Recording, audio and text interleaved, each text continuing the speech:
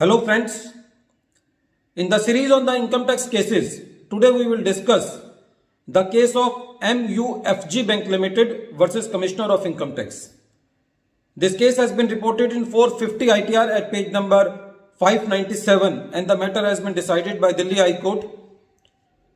In this case, there were two matters for the same assessment year were pending of the assessee. One before the Income Tax Tribunal and the second was before the Supreme Court as a special leave petition. The assessee chooses to go into the Vivad Se Vishwas scheme for the matter which was pending into the Supreme Court as a special leave petition. When the assessee made the application was rejected by the Commissioner of Income Tax by saying that we cannot accept the application because the assessee has not opted for both the matters which were pending for the same assessment year. The point was that CIT wants that the assessee should go for the scheme for both the matters, for both the disputes which are related to the same assessment year. So the main issue was involved whether the assessee has to go for all the disputes of the same assessment year or the assessee has the option to choose every dispute for going into the Vivad Se Vishwas scheme. It may happen that for the same assessment year there are multiple appeals pending at different forums. For example, the order under section 143 subsection 3 has been passed for the assessee in which some additions have been made and that may be pending at the stage of tribunal.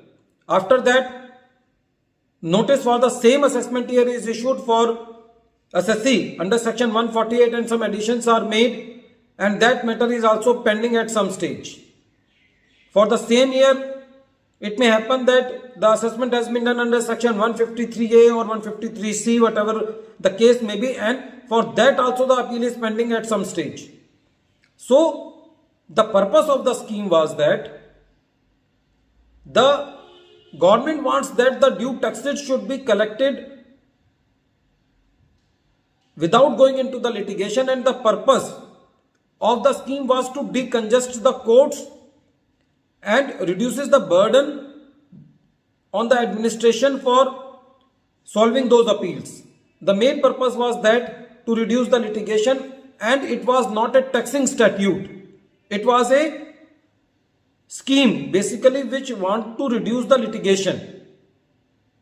So the court said that every appeal, whether it is at the special leave petition, ITAT or the CIT appeal, is a separate dispute and the assessee has the option to choose which dispute the assessee wants to settle in the Vivad Se Vishwas scheme. So when the assessee filed the writ petition before the Delhi High Court for against the rejection of his application in the Vivad Se Vishwas scheme, the court said that the application of the assessee should be accepted because every appeal is a separate dispute and the assessee has the option to choose which dispute the assessee wants to settle. In this case, some provisions of the Vivad Se Vishwas scheme were discussed, which suggest that it was the intention of the legislature to settle the disputes and each appeal is a separate dispute. For example, section 2 clause 1 subclause A of the act uses the word an appeal.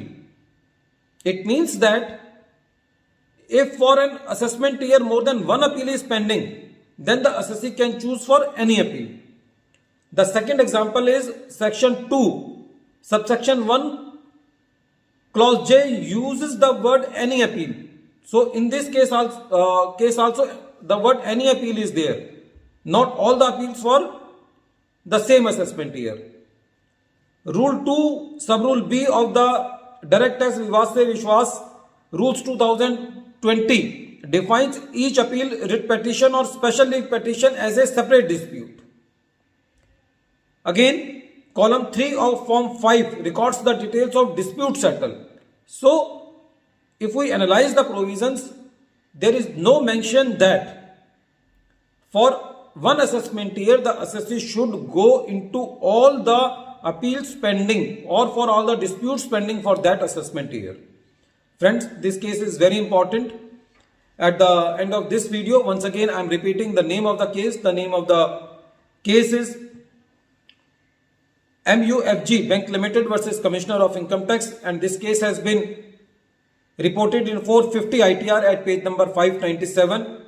The date of the judgment is 22nd November 2022 and the matter has been decided by Delhi High Court. Thank you, friends.